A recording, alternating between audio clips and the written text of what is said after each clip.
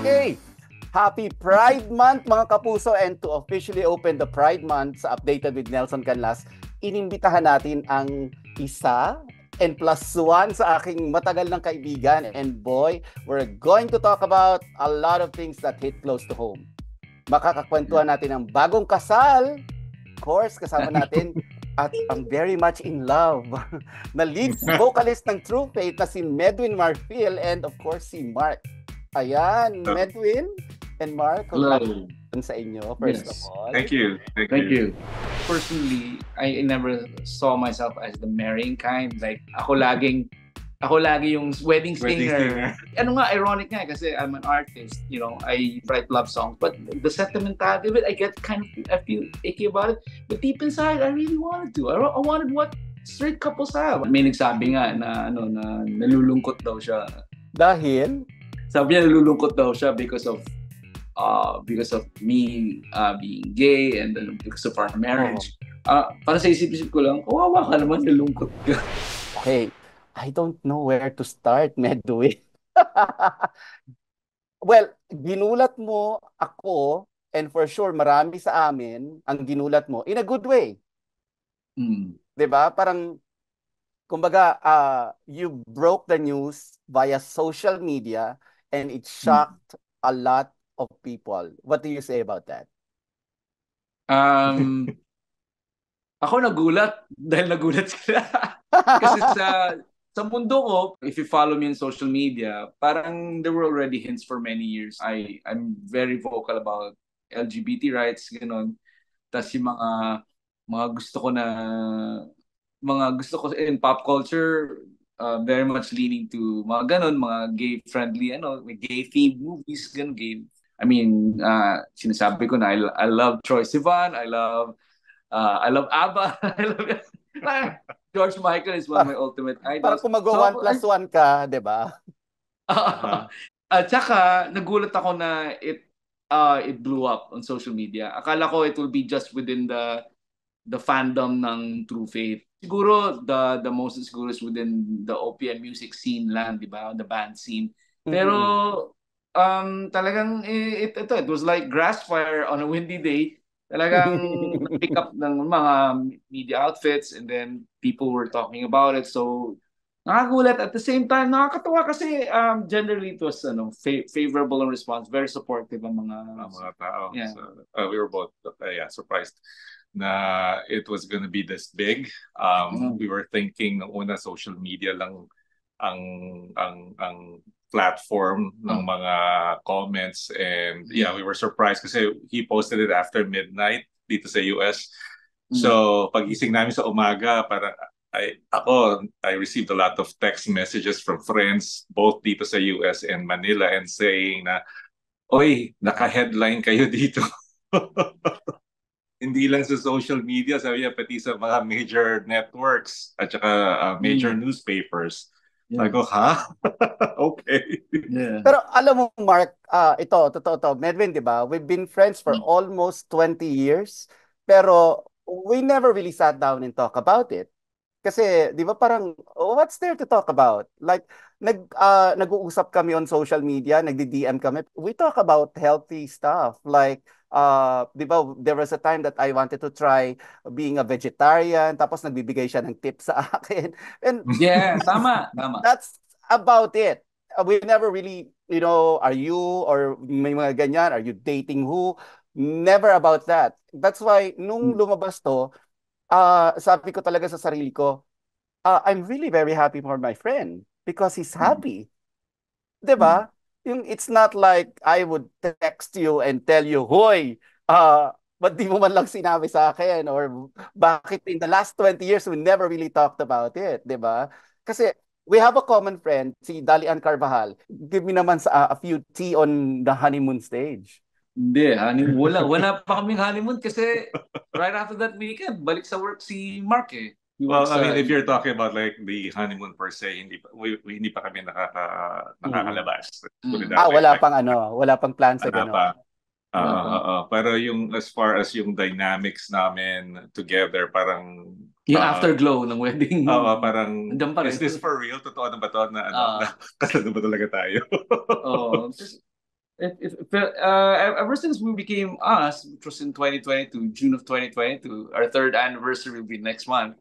It really all felt like we were married na rin eh. Parang there was this instant connection. I said yes agad sa kanya. So you I got said, married after 3 years? oh, Yeah. Oh my yeah. God, I got married after 3 years. Oh, very cool. Ganun ba yun? Is that the going rate? Like parang after 3 years? Idol ka namin, bro. Hindi, may ganun ba? Like parang you kind of know the person after 3 years? Ganun ba? I would think so, yes. Well, kasi nga, since LDR, so every day magkausap kami a couple of times during the day. His day, More my than day. 2 times a day. Yeah, tapos, of course, pagka either nandito siya sa US or nandiyan ako sa Manila, of course, lagi kayo magkasama. And, kumbaga, parang live-in na kayo, kumbaga. Yeah. A year before kami nakita, I know, it took a year before kami nakita dito sa States. So it was LDR. So parang the first time I saw him, like a year after we said yes to each other, it was parang nakakapanibago kasi iba yung LDR na nakikita mo through FaceTime and all that. In person, parang, will it be the same? Di ba? Tapos, so, it felt like, okay din ang dynamics namin. And then, another na kailangan mong matest is yung, how about staying together? Oh, malaking bagay yun. Yeah, I went here in 2022, nag-tour kasi ako and my brother representing True Fate kasama si Glock 9, Intervoice, and River Maya. And then after that tour, nagstay ako ng 1 month dito sa kanila. And Trial. yeah, after that 1 month, binigyan niya ako ng ring sa may Pacific Coast, you know. We love the Pacific Coast dito sa Montara Beach. Sabi niya, binigyan niya ako ng ring na parang promise me na parang is it na you'll be back and all that. And I said to him na, yeah, you're very much worth coming back to. So I guess that's it na parang kinilig oh. At that point parang any time na lang pwede na kami siguro ikasal. But the thing is, I had to go back. We talked about it several times yung paano yung moving forward because yung career ko naka-base dito sa US. No. And then of course siya yung career niya nasa Pilipinas. Yeah. And then hindi naman siya pwedeng mag-decide right away because maraming nakasalalay sa kanya because hindi naman siya solo one-man band. Oo, banda kasi talaga. So we need to consider yung paano yung mga miyembro ng True Fate. Yeah. So kaya mahabang proseso, maraming pinag-isipan. And then so sabi ko, sige, one more time, pasyal ka ulit dito. Tignan natin ulit. And went then, back here last year. And then, sabi ko, uwi ako ng Manila. Kung gusto mo pagbalik ko, sumama ka sa akin. And then you can hang out here muna. Kasi parang sabi ko nga, one more time, let's check it out and see kung talagang okay, kung long-term tayo. So, ayun. And in this trip of his ngayong 2024, he was supposed to fly back na kasi ng April.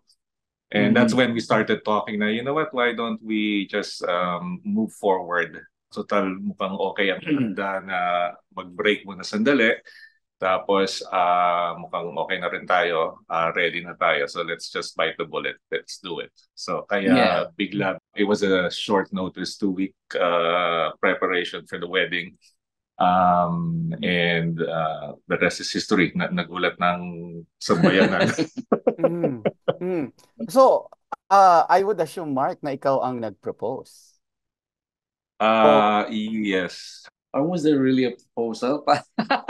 Yeah. Well, kasi yung 2022 sa Montara Beach, parang proposal / commitment, something like that. Hindi siya, I wouldn't say na talaga officially yun, pero parang, I guess if you look at the big picture, yun yung parang official na proposal. Tapos parang after that, 2 years later, or close to 2 years later, parang finormalize lang namin yung unang usapan namin sa Montara Beach. Yeah. So it was a contractual agreement. and in a romantic sense. Yeah, yes. An emotional contract. Oh yeah, because 'di ba? I mean, let's face it, a wedding is a contract, 'di ba? There's a Right, marriage right. Yeah. Yeah, contract. commitment contract, The, correct. mm-mm. Yeah. So, kaya it took 3 years kasi yun nga, yung back and forth ko dito. Tapos yung, of course, kasi yung, ang malaking magsasacrifice kasi ako eh. If I make this move, if I take the plunge, if I make this big decision, ang big adjustment ako, I really have to put a pause muna sa career ng True Faith, right? So, it took a while and I had to like unti-unti kong inano sa bandmates ko na, oh, na Mm. I already have this relationship. Na parang, one of these days, I'm gonna have to go back there and stay for a lengthier time and then, Mm. yeah, and get married and, um, fix my personal life. So it took a while before para ma-accept nila. Kasi I just don't want like biglang aalis ako and then, And good for kasi, you, Med. Kasi 'di ba, yun ang reklamo namin sa ni Dolly Ann before, 'di ba? Like parang you're always working. Parang tinutukso ka nga namin na siguro sa kaka-vegetarian mo yan kaya ka nagiging halaman. So parang you have to fall in love, you have to date. 'Di ba may mga ganun kami before? And oh. finally, 'di ba parang bigla kang nag-bloom. And I love that. Parang plant nga, plant na may blooming capability. Why did you even Mm. get married? Kasi pwede namang hindi. Mm. Um, Gusto namin na talagang ano eh. Mag Of, mag-solidify. yeah, Uh, parang it adds more, what do you call it? Not veracity, but it compounds more to the relationship. yung parang formalizing yung commitment and Yeah. na kasi siguro one thing I realized na may edad na tayo ngayon, parang mas gusto mo merong security, I guess. Mm. Formality. If it's something that straight couples want to do, then if we can do it, why not? Why not? Yeah.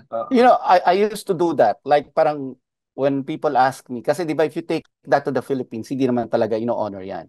I only have one answer. Matanda na ako. I just want to get married for romantic reasons. That's right.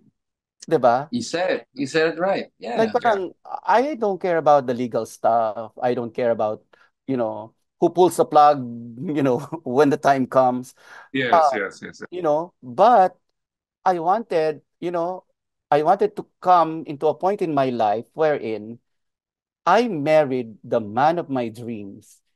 And, in a place na we were embraced as a couple.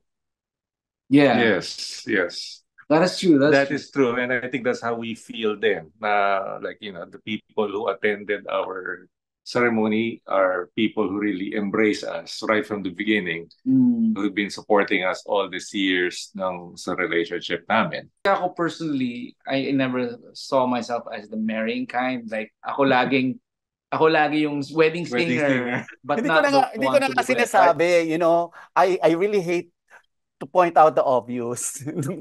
Yeah. Nung time na gumigimik tayo. Oh. Well, ganun lang ako. I love romantic movies. I like reading love stories and all that. But I always felt like it wasn't, that I could never be that. Parang hindi ako masyadong into the sentimentalities of it. But deep inside, I wanted to, I want what I see in movies. I see movies. I cried watching. I saw Pretty Woman so many times, and seeing Richard Gere, on this riding the limousine on the sunroof with flowers, and then moving back Julia Roberts. I've always wanted that, Mark, Although parang ironic nga kasi I'm an artist, I write love songs, but the sentimentality of it, I feel icky about it. But deep inside, I really wanted to. I wanted what straight couples have. But this much I can tell you, Medwin. Yeah. You were a good wedding singer. But hey, you sang the perfect song in your own wedding. You've come a long way. Exactly. Thank you. Then the perfect nga. So, yun, sabi ko nga na parang, do we really want this? Do we really want the marriage, right? Pero, yeah, at the back of my head, parang I've always wanted a wedding by the beach and then sa Pacific coast pa. And it happened. Saka nakakatuwa na when we were planning it, everything was falling into place accordingly and smoothly, easily. So, kaya sabi ko, I think this is really meant. Yeah. And let's face it, pagka in love ka kasi baduy di ba? No, yun yun. No. Love is old-fashioned, but it's always in style. Yeah. Oo. Funny nga, nagkaroon kami ng mini reunion ng batchmates namin recently when I went home in January. So a lot of them knew about us na, pero wala lang nagsasalita. They're just waiting for us to officially say. And yun na nga, parang at the end of the day, parang, we accept you guys for what you are, who you are, your relationship, and we support you. And in fact, until ngayong pumutok yung balita sa Pilipinas, marami mga nag-text message din na we are here supporting you and defending you for sa mga negative trolls. Meron kayong mga negative na natanggap? Wala diretso text sa amin, pero I think when we were going through yung sa mga messages, meron pa ilan-ilan na pumapasok doon sa post niya. May mga pros and cons. Yeah. Although may mga nagsasabi rin na mas marami yung positive response versus a negative, which is I think it was a good response. Mas marami yung nag-care, nag-like, nag-appreciate, nag-accept. Yeah. So, hindi naman talaga mawawala yung nagbabash, mga makasabi lang ng hindi maganda. Lalo na yun, di ba? Let's concentrate on the good. yung risk of us putting it out there, social media, lalo na nag-viral siya, parang we expected it na. Ang best na lang is ignore na lang. Actually, I don't have time for that long energy to You're so happy to even care, di ba? Yeah, exactly. Precisely. If that's what they want, that's what they believe, it's what they think. If they want to express their opinion, go ahead. But it's not our reality. It's not who we are. May nagsabi nga na nalulungkot daw siya sa ibang Dahil sabi niya nalulungkot daw siya because of me being gay and then because of our marriage. Para sa isip-isip ko lang, kawawa ka naman, nalungkot ka. Kami masaya kami. Baka naman may crush sa'yo. Hindi niya lang masabi. So, yun nga, sabi ko, kung nalulungkot ka, that's on you. Parang, I feel bad for you, nalulungkot ka, kasi kami, we're not. We're very happy. And everyone we love and care for us, talagang. I came across nga this one posting sa TikTok na shinare ko kami, tawa kami ng tawa. So parang sabi niya, bakit ba kayo affected sa revelation ng dalawa? May ambag ba kayo sa kasal nila? Totoo din, no? Diba? Tsaka sabi niya parang mga Bible verses, quotes, etc. Kung pupunta naman sa impyerno, sila yung pupunta, hindi naman kayo. Wait, why are we even connecting this? Ayaw nyo na maluwag kayo sa langit. Natatawa nga ako kasi nagagalit sila, kumbaga, no? Pero parang, you spend time to go over and read everything. And then, tapos magka-comment ka ng negative. Kumbaga, what Mark was saying is, etong mga to, yung mga bashers, talagang papanurin nila yung video to review and scrutinize everything. And then mag-negative comment. Kumbaga, dami yung time. Like kami kasi dito sa US, parang may mga postings na ganyan, parang hindi ako interesado, so I don't even bother to read. Yeah. Diba? Pero let's concentrate on the good stuff. Pag-usapan natin where it all started. Kasi ang balita ko, high school batchmates kayo di ba? From Boston, Makati. We were batchmates pero hindi talaga kami hindi kayo magkakilala, hindi kami naging magkaklase, magkaiba yung circle of friends namin. Friends sa sininyo mula. Pumatok lang yung name sa akin ni Med nung naging True Faith. Na parang, batchmate ko pala yun. Yung gano'n. Suplado si Mark. Suplado siya in real life. Siya kasi yung grupo niya, yung mga hindi nag-grade school. Kaya hindi ko rin siya masyadong kilala. So, mga naging katropa niya, yung mga newcomers din. Yung kami kasi, mga batchmates ko, talagang kilala ko, from prep pa lang, solid na nandun boss sa Makati. Siya, pumasok first year high school. Kaya, I didn't really know him. Because of COVID, work from home siya, ang daming time mag-Facebook. Tapos, in-add niya ako. And then when he added me, I said, sino to? Sino to Mark Angeles? Pag may nagpa-add, titignan mo, sino? Mutual friends. Bakit puro mga ka-batchmates ka sa Don Bosco Makati? Batch 1988 ang mga common friends. I checked on his profile pic, tapos nakita ko, okay gwapo. So in-add ko na, tapos nakita ko batchmates, mga batchmates namin, yun yung mga common friends namin. And he messaged me, sabi niya, hey, kamusta? Ganun. And I said, oy, yeah, how you doing? Gulun ako. Tapos, una ko talaga tanong, batch ba kita sa bus ko? And he said, yes. You know, and then that's how it started. Nag-uusap-usap na kami. Update over the years. Tapos, yun na nga. I was telling him na, may mga chat groups na kinreate sila. Nagzo-zoom yung mga batchmates. Yeah. Tapos may mga smaller groups. Tapos parang, sabi niya, sige, I'll see if I can catch up with you guys. So, ganun lang. I mean, I didn't even know yung true identity rin ni Med about sexuality. Yeah. So parang yung una is just like, reconnecting, tsaka kamustahan lang. And then nagkaroon kami ng break, naputol yung communication. Tapos This was 2021. Nung a few months later, nag-reconnect ulit kami. Tapos doon na nagkaroon ng revelation. Yeah. So, paano? Sinong unang nagpakita ng motibo?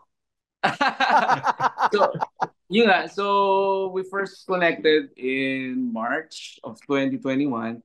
Then nag-stop ng usap. Yun nga, sabi niya, medyo nag-stop. Pero nung June, nag-busy ako sa work. nung June, nag-usap kami uli. And then he said na galing daw siyang LA. And then nakita ko, sabi ko, sino kasama? Nag-send siya ng picture. Tapos yung sinend niya yung nakasama niya doon sa LA is batchmate namin na openly gay. Sabi ko sa kanya, uy, di ba si ganyan. No, I didn't say na di si ganyan kasi alam ko na the guy is gay, right? Sinabi ko na lang, were you with his boyfriend? Did he have Kilala ba sa yung boyfriend niya? Did he have his boyfriend tag along dun sa meetup niyo? Parang sabi, hindi. Tapos doon na napag-usapan. Sabi, how do you feel about these things? Ganyan. Di sinabi ko na, I'm into gay. Nag-fish around. Bumigay ka naman agad, Medwin. Hindi ka man lang nagkonsulta. March pa lang, gwapong-gwapo na ako sa kanya eh. Sabi ko, oh my God. Sabi ko, okay, parang napag-usapan na namin yung gay culture sa Philippines and compare dito sa States na it's more liberal. It's more liberal. So parang doon na, one thing led to another. And then parang sabi ko na sa kanya, you know what, Mark, I am... Nag-out siya sa akin. Sabi ko sa Mark, use that word. Before we go any further, sabi ko, I am one. Sabi ko, I am one, I'm gay. And then, inantay ko, next response niya was, I am too. Okay, boom. So yun na yun. Uy, may chance. Yeah, may chance. But you were crushing already, Medwin. Yeah, I was stalking him. And then yung next hurdle is single kaya si Mark, di ba? Mm-hmm. Kasi pag may mga sinustalk ako, sabi ko, Mark may term dyan. Ang term dyan para-paraan. Kasi I was already stalking him, nakita ko, asawa niya. Ito ba ang babae ito, asawa niya? And then may isang constant guy na kasama niya lagi. Sabi ko, ito jowa niya to. So sunod na discussion namin is if he's single, right? Kasi sabi ko, I've been single for like a few years na. No, ibang story yung unang relationship, ibang story yun. So sabi ko, I've been single of late, and ganun. And so, yeah, led to that. And then a few days after, we said, you know what, we're feeling something here. Why don't we just take it to the next level? Mas lalo kasi kami naging open nung nag-reveal na kami pareho. Tapos nag-compare kami ng mga experience namin sa previous relationships, etc.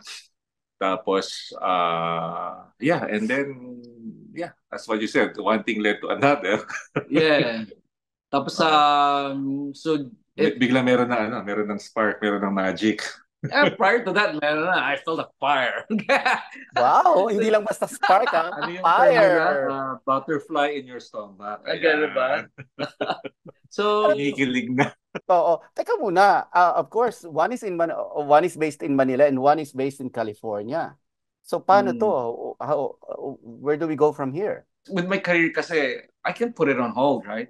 And pwede naman eventually pwedeng ako yung bumalik doon to do gigs and or the band could come over here and do gigs here. Si Mark kasi nakatali siya sa UCSF sa Tapos syempre hindi naman pwede na mag-decide siya na siya yung babalik sa Pilipinas. Sayang ang retirement. Diba? Oo. Sayang yung 401k mo.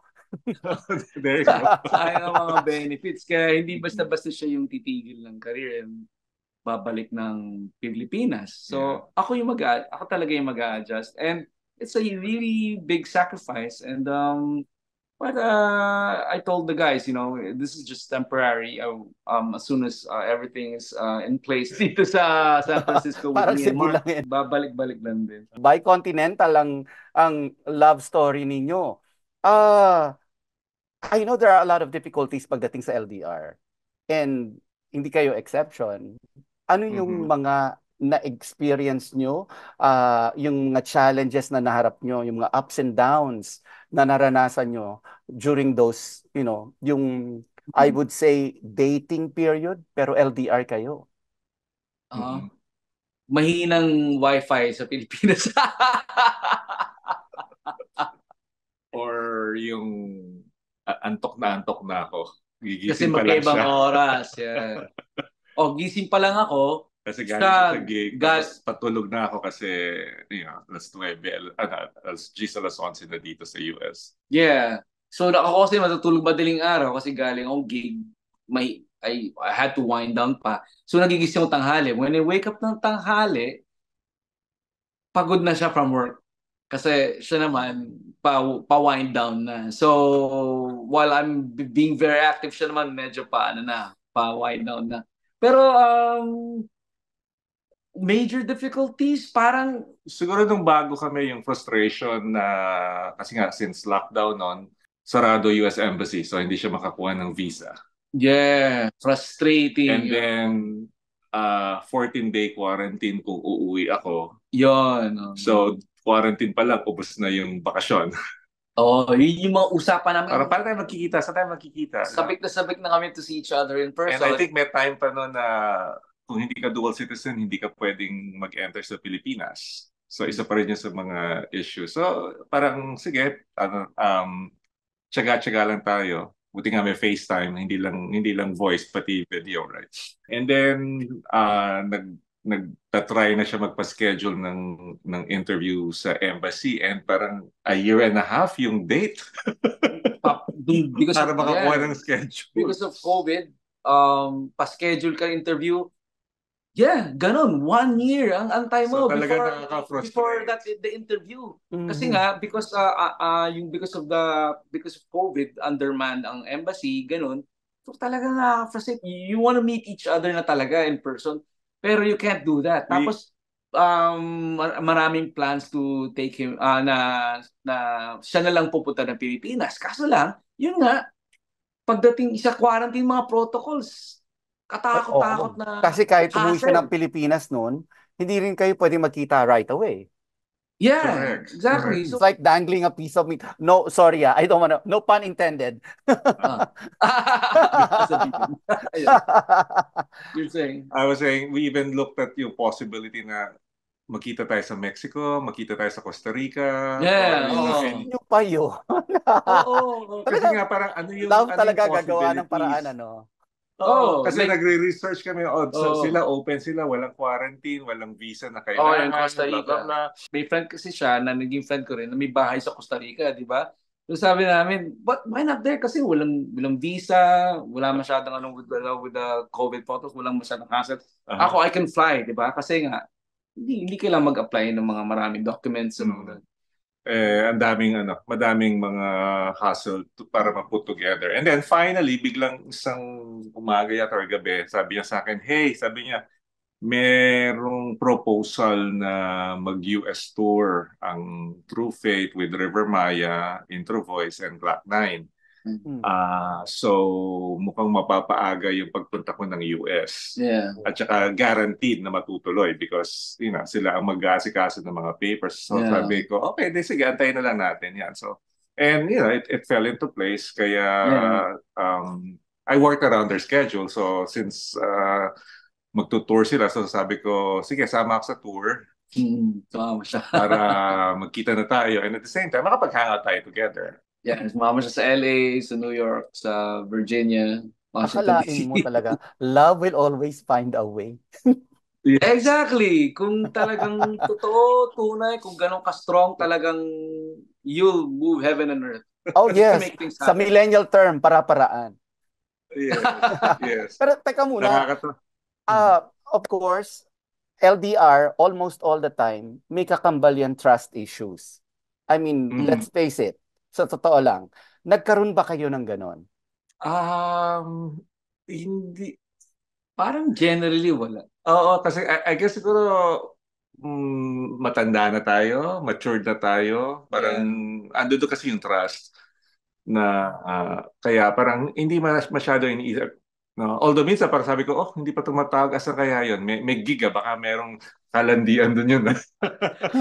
May ganon. May pa-selos effect. Hindi naman yung parang teenager na nagtatampuhan or nag-aaway because of that. Although I think one thing na naalala ko is like one time kasi yung ex ko magpapahatid sa airport. Malapit kasi yung sa X factor, yan parati ang problema. So ang proposal is mag-suspend the night na lang siya sa akin para pagising sa umaga mabilis. Kesa susunduin ko pa siya and then babalik, etc. etc. They're still friends and he's my friend too. He's a Mexican guy, he's really cool. Galit na galit. I mean, tampong-tampo to. Selos na selos. Kasi since parang bagong-bago. Mark, who wouldn't? Hindi sa kinakampihan ko si Medwin Bagong-bago pa lang kasi kami noon. So parang hindi ko pa siyang ganun talaga kakilala. So I'm like, hindi, tsaka bakit ba? Kahit na ganun mo siya kakilala. I mean, I'm putting myself in your shoes. Yeah, of course. Sabi ko na parang sobrang close ka naman sa ex mo. Tapos talagang gagawa ka ng parang para ihatid siya and all that. So, at saka hindi ko pa kilala yung ex in that time. Pero, teka muna, sino ang mas seloso sa inyong dalawa? So far, at a certain level. So far. Kino-qualify ngayon pa lang Pag kinonsider yung pinakita ko in the past, mas seloso siguro ako. Mas siya. Yeah. Tanong pa kanya, saan matutulog yan? Oo, tinanong ko kasi, yun nga, mag-overnight dito si ex niya. Eh di, sabi ko, saan mo tulog? Sa kwarto? Ba't sa kwarto? Sabi ko nga sa couch, di ba? Sabi ba? Okay. I don't remember. Ewan ko kasi kung ako nandiyan sa ganyang sitwasyon, magpapadala na lang ako ng confirmation, ito na i-book ko na ng airport hotel. Doon mo na siya patulugin. End of conversation. Kaya nga, hindi ako magsiselos, gagawin ko na agad ng paraan. Yeah, that's true. Pero yun nga, so pinaparinig ako ng friends. And then, eventually I became friends with his ex. He was actually there during the wedding. We invited him, and so walang problema. And ever since, there hasn't been anything major. And that was like, and that happened mga first months namin, first 2 months namin nangyari yun.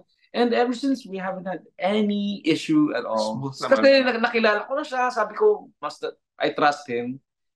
I trust him very much. And we made an agreement na moving forward, pag may issue, let's tackle it right away rather than kikim-kimin. Seriously, that's a good thing to do. Like, ako, yan yung ipinapayo ko sa inyo ngayon. As somebody who had started a few years ago, and ganyan, maganda yan. Kasi yung kikim-kimin, It's Yeah. like parang throwing a stone onto a glass house.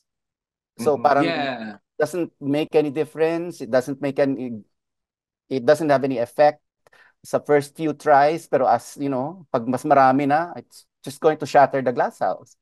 It's not Oh, healthy. It's yeah. Pag masyado mong kinikib-kib, you just bottle it all up there. It will fester and it will fester. It will be malignant. It will, it can manifest in many ways. It could ruin your relationship. It could ruin your health. It could be anything. Until now, we're still trying to know each other. So there are times, lalo na when I transferred this year, yung paglipat ko dito, may mga times na parang, because nahalo-halo na yung homesick ako and all that, na parang napapaisip ako, was this the right decision to do? Nagkakaroon ako ng mga Doubts. emotional upheavals and doubts, and buwabalik dati kong self na yung nagagano'n nga, nagkikim and all. But it doesn't last long. Like, Mark would go like, "What's going on?" And then, wala na. And then it won't happen. Not long after that, I will say it out forward. I will be out with it. Which is one of the good things that will make a relationship last is being open to each other. Yeah. I even told him before dito sa trip na to na sabi ko, okay, so mas matagal yung magiging stay mo ngayon dito and Yeah. be open to me if you feel and think na it's not working for you, that US is not for you, Yeah. that you miss your career in the Philippines. Mm. I'll be sad, of course, pero I'll be okay. Plus, I mean, there are a lot of, 'di ba? There are a lot of ways to skin the cat. Ika nga, 'di ba? So, it's not the end of the road all the time eh. Maybe you should turn the other way or left. There's Yeah, another para gagawa, there's always paparaanan another lang. way. Oo. Yes. Yeah. You made mention kanina about, your families and your friends. I don't want to use the word coming out, but how did you tell them of this life-altering thing? So, yung sa parents ko and my siblings, my brothers, unti-unti, kasi napansin ka namin, lagi yung may kausap sa bahay, lagi may ka-FaceTime. So, eventually, they knew who Mark was. They knew na he's my batchmate, ganun. So, in the 3 years na magkasama kami, unti-unti din nilang na nakilala siya, na-accept siya. And then, of course, I was already hinting to them, to my band, to my family, na in the future, I will make a major decision of, relocating or, relocating and then perhaps like putting a pause on our career, telling my family that I will be going to America for a longer period of time. I was already hinting those things to them. Well, I'm only guessing na hindi naman lahat would embrace the idea of change all the time. Was it difficult at first? It's very difficult kasi it's a major change, A lot of people, lalo na career-wise, a lot of people depended on the band, depended on me. It was more difficult for me siguro kasi may kasama na rin yung parang I feel responsible for them. And so parang to do this was like it took a lot of pondering, it took a lot of Courage. thinking. Yeah, it took a lot of courage as well. Yeah. And a lot of but, resolve and conviction. I don't want to use the word sad. What's not right about it is you even have to muster courage para to even just show your true authentic self. Yes, it's already a challenge to show who you are. It's a challenge to show them that, hey, we have a relationship and I'm having a romantic relationship with a wonderful man. That's another thing, So ibang level. So una muna sa akin then about our relationship, our future union, And then next level naman yung, hey, I have to do this, I have to do a major change and do this, have to like transfer muna sa America and all that. So ang daming layers to it na kailangan mo, ang daming hurdles din I have self-doubt. Is this the right thing to do? There's always that, there's always that. It's better to like really alam mo yun, do some introspection and try to learn, try to figure out if this is the right thing to do. I mean, that's probably a good thing, to be more self-aware of your situation and your circumstances. Kaysa naman yung bara-bara lang to ano. So, yes, self-doubt is good. Para sa akin personally, self-doubt. Kasi it can steer you better, steer you to make better decisions. So yeah, so it's very difficult. Yung sinabi mo kanina, Nelson, I wasn't like having a romantic life or anything. Hirap din kasi sa, 'di ba, sa mundo namin, parang Sa scene, sa band scene, there's a prevalent sense of machismo talaga kahit paano. Like somebody tagged me in a Facebook post na parang it was a brave thing for Medwin, for Meds to do this. Kasi sa band scene talagang may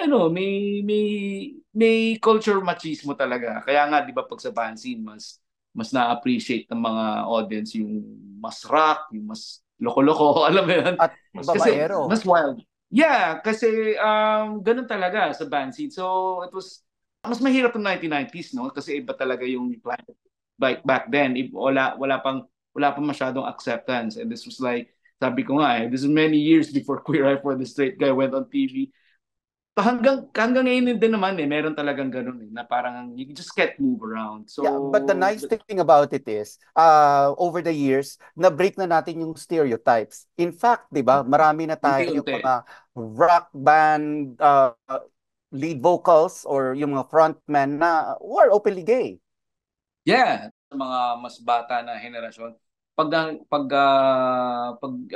even sa mga local bands, mas mga Filipino bands, papansin mo they're more open about talking about sexuality. They're more open about being fluid about these topics. And So I'm happy for them, yung younger generation. That is true. They have that privilege, Kasi back then during my time, it's really hard, And Parang I always say this, why should people put a gender on music? It's like food, di ba? Yes.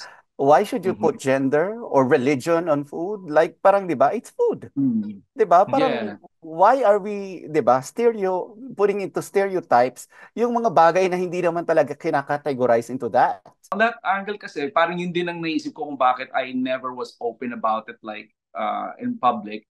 Amongst friends and close colleagues in the business, oo. Pero pag I never thought na I have to put it out there, yung aking sexuality, yung aking true sexuality. Parang feeling ko hindi siya talagang nakatali sa art namin. So I wasn't like didn't feel like I was responsible for doing that. But it was in the back of my mind na parang, parang nakikita ko ang daming mga artists worldwide who are coming out, young artists. Sabi ko, buti pa itong mga bata, they're very brave. How come I don't do that? And then pag sa social media, I advocate these LGBT rights. Parang I was just thinking, kailan ko gagawin to? Kasi parang maybe me coming out would enlighten people, would help, and would make them understand the reason why I'm into so much about human rights, LGBT rights.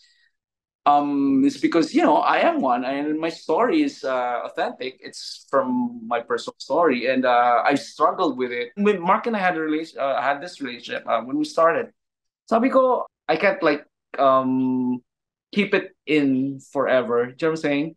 So sabi ko maybe if Mark and I are gonna tie the knot, this will be the best time to like let everyone know. And that was the best time, diba? Yeah. Sabi ko kailan pa pag tumanda na ako. Nung naging kami ni Mark, maybe it's time na I come out and be proud of myself.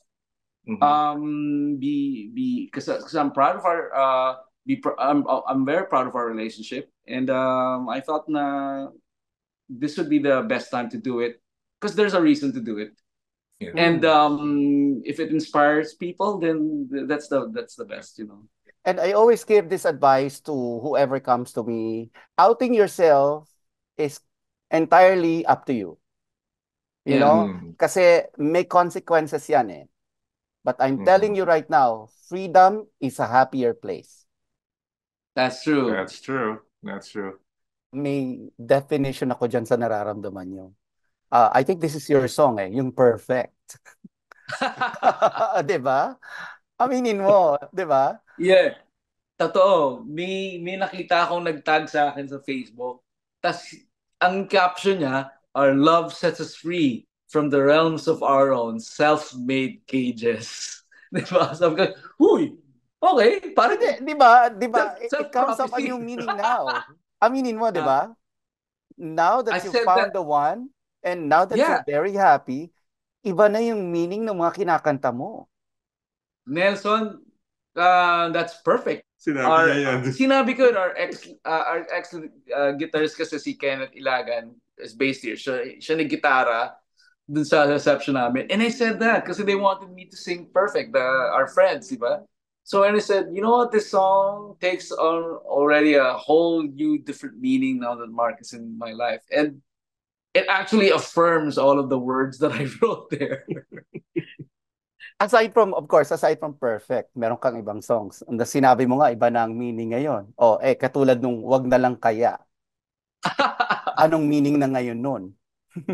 Ang meaning nun, buti na lang hindi mo sinabi wag na lang kaya. Nung check sa Age of Mouse na. Mark, ikaw, anong sa tingin mo? Ano nang meaning nun? Kung okay lang sa kanya. Anong meaning?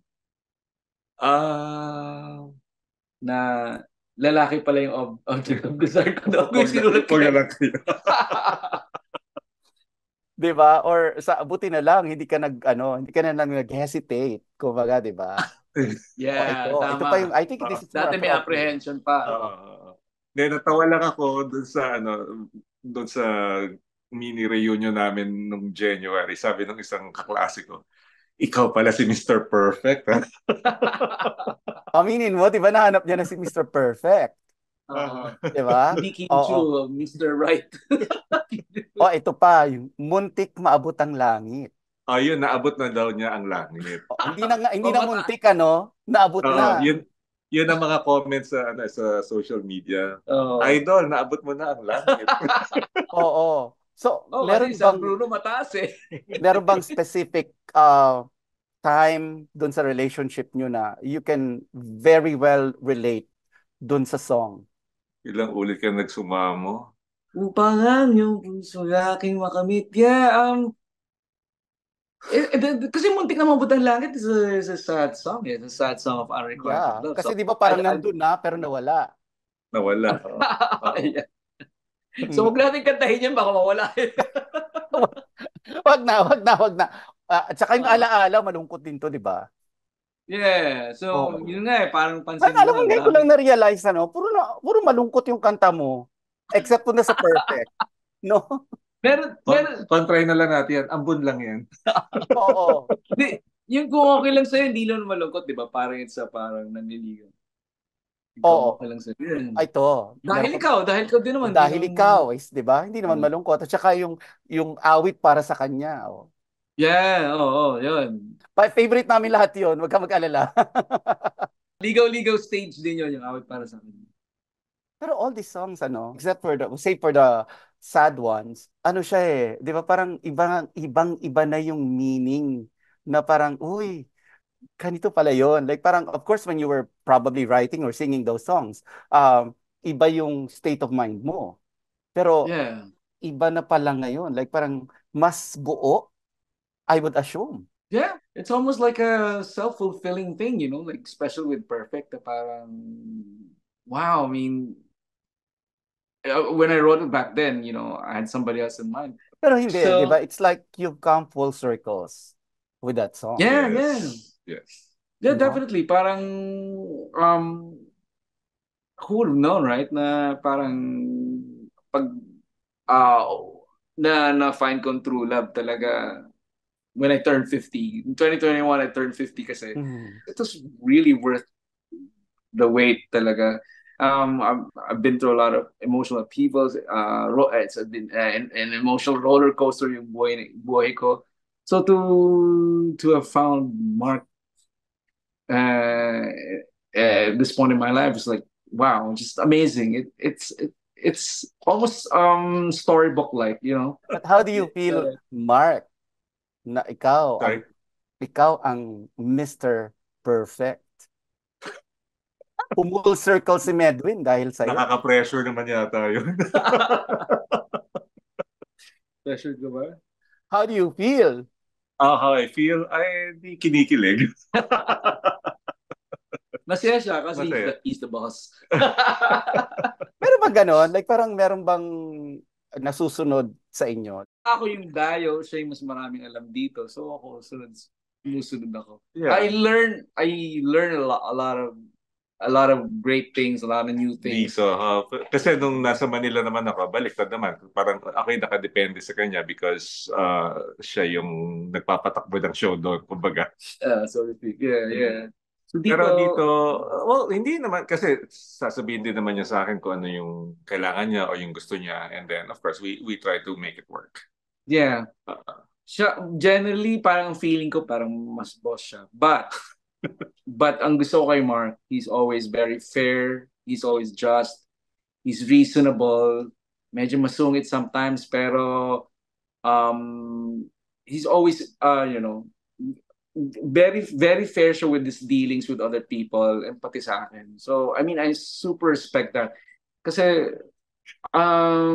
never ko naisip na hindi makatarungan yung mga ginagawa niya. If ever meron mang slight feel na it's hindi mo katarungan, I'll let him know. I'll let him know and he'll understand. And ako din naman. Kung meron akong ginawang medyong kabalbalan na hindi okay, I adjust. It's part of the process, you know what I'm saying? It's part of being in a relationship, you know? Try to adjust. Yung dun ba na sa sinabi niya sa akin before I flew here na tong taon na to, sinabi niya sa akin, you know what? We have to be open to this. If it doesn't work, if it doesn't work, then it's fine. As opposed to somebody say, no, dito ka lang. Alam mo yun, dito ka lang. Di ba? Tsaka, ang gusto ko sa kanya, he understands na I made a big sacrifice, putting the career of True Faith on hold, saying goodbye to my bedroom. I miss my freaking bedroom. I miss my records. I miss my plaque. I miss my CDs and my DVDs and Blu-rays. My books. I miss my books. So I love my bedroom. You left your comfort zone, ika nga. I left my comfort zone. I left my routine. I left the people who depended on me. I left my family. So he knows na I took a big sacrifice. Kaya he understands it perfectly. So from that vantage point, parang when we make decisions or anything, parang inisip niya, although he's like, most of the time, he's like the ringmaster or something, he'll always put that into consideration. This guy took a plunge, took a big sacrifice. So I love him for that because he's a really just guy. He's a really just person. Up to the last minute nga, before he pressed the button dun sa phone niya para i-send yung posting, parang, are you really sure? Yung ilan sa... Ito, yung revelation, yung gender reveal mo. Sabi nga ng friend ko kaya nasak daw yung mga tao kasi in one event, nagka-announcement of marriage, nagka-gender reveal. All in one. Sabay-sabay na, di ba? Para tipid. So all of these things talagang different levels of challenges. So yung pagpunta namin dito, another challenge na naman, di ba? Lalo na sa akin. And then, yung sunod naman na challenge, yung do we tell the world or not? And then, nag-isip-isip kami talaga. Kasi we got married on a Saturday. I posted on social media, Tuesday night na. Kausap ko pa nga si Dali. Dali wanted to post an article na about us. But I said, teka muna, talaga nag-isip pa kami. Ready. So, and on Tuesday night, I messaged Dali. Sabi ko niya, and Dali, post na ako sa social media. And then I posted Tuesday night. But the next day, ayun. Yeah.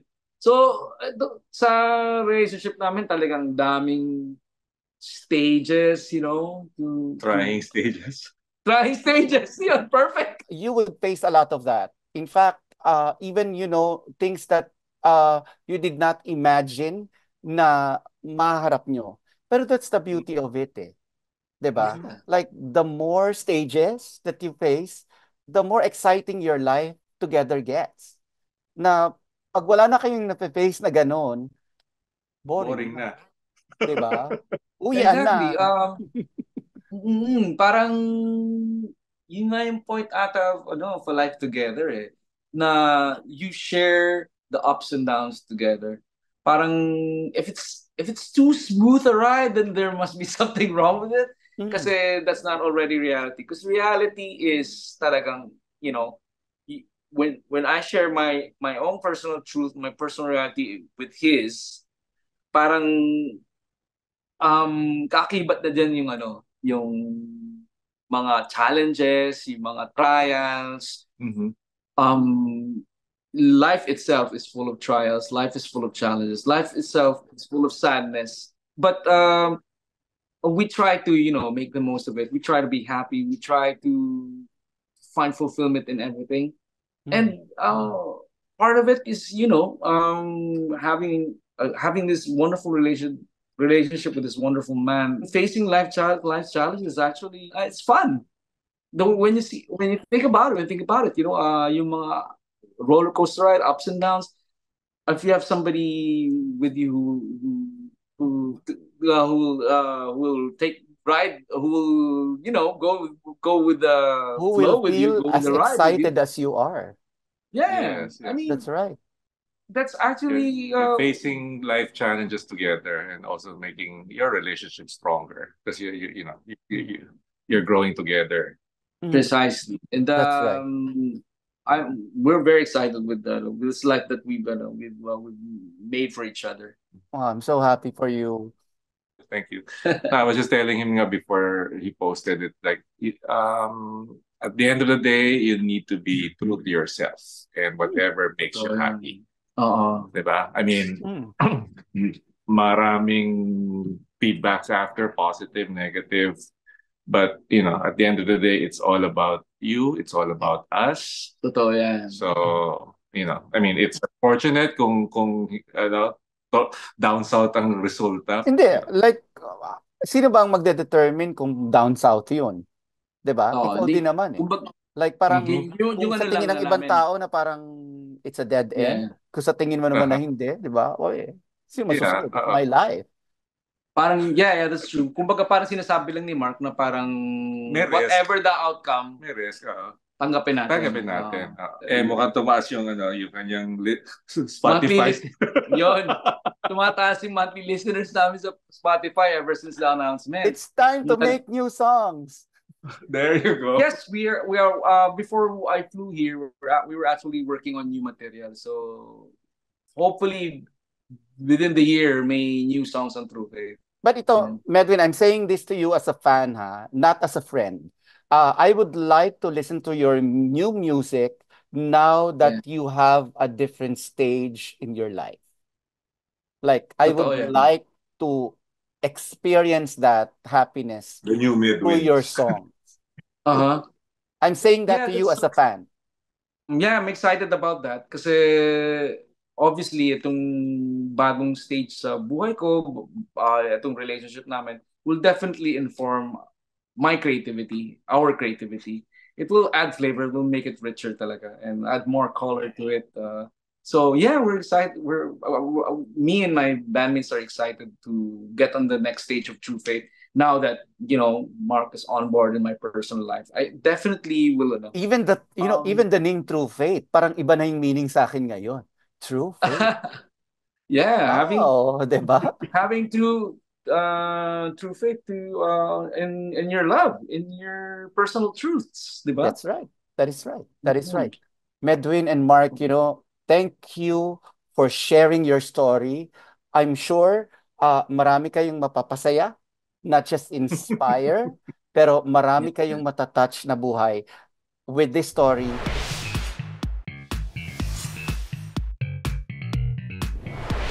Okay, I normally end this podcast by turning the tables around na kayo naman ang magtatanong sa akin. Okay. Okay, sige. Right now? Yeah.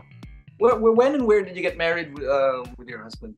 Okay, we got married 5 years ago in Wisconsin. It is a long story. And it was a long shot. Actually, we planned it a year before. Na, siyempre, gusto ko muna siya ipakilala sa pamilya ko. And then, I wanted to get the feedback of my family. Because the feedback of my family is really important. If they say no, maybe I will defend a little bit. Or, we don't know, di ba? Pero flying colors Like, parang ganon. So we went the following year. In fact, our original wedding ring was a 500 peso ring. Okay. Kasi mabilisan Like parang yan, pwede yan. Kasi on the way back, mag-Abu Dhabi kami. So, ang feeling namin, kasi the year before that, we had a promise ring na doon namin nabili.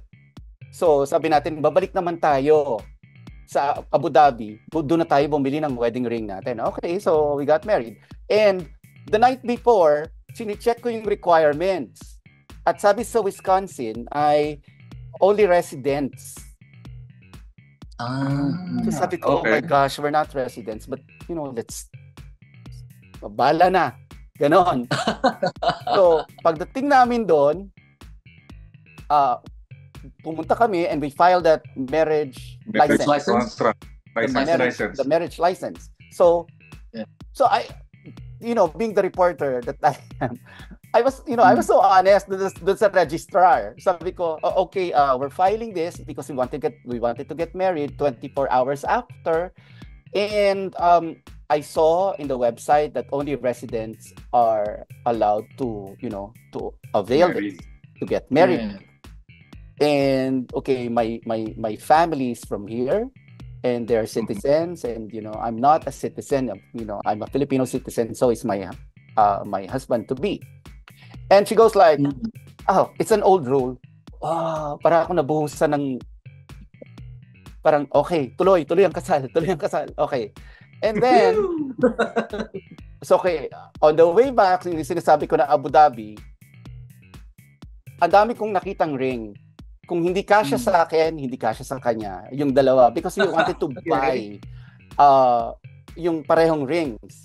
Matching. And then I saw this ring, yung parang infinity ring, because nag-iikot-ikot siya. Oh, nice. So, yung naiikot mo yung ring na ganon. It's a ring within a ring. Yeah. And then I go like, I really, really like this ring. Sabi ko. And then, sabi nung, walang kumakasya sa kanya. So, we were about to leave na lang. And then this guy from the store goes like, oh, I have a smaller one. And goes like, perfect. Perfect sa akin at perfect sa kanya. Eh, ito pa yung sabi nung guy, oh, kabayan, I was the one who sold you the ring last year. And then we found out, after siguro mga 20 plus stores na pinuntahan namin, we ended up in the store kung saan namin binili yung promise ring. Promise ring, yeah! Wow! And yun, it's like, parang wow, it's so fated. Yeah! So, wow, yun. that's a wonderful story. I never share that story publicly, like super ngayon lang, because I'm so inspired by you guys. And thank you for telling me your truth. And I'm so open to tell the truth, my truth now. And yun. And I'm so happy for you guys. Thank you. Thank you, Nelson. Thank you, And Nelson. I hope to see you and embrace you guys when you visit the Philippines. I'm just so happy. Naku, Mark, take care of my friend, ha? Thank you very much for sharing your story. Thank you din, Nelson. Happy Pride. Happy Pride na. Happy Pride.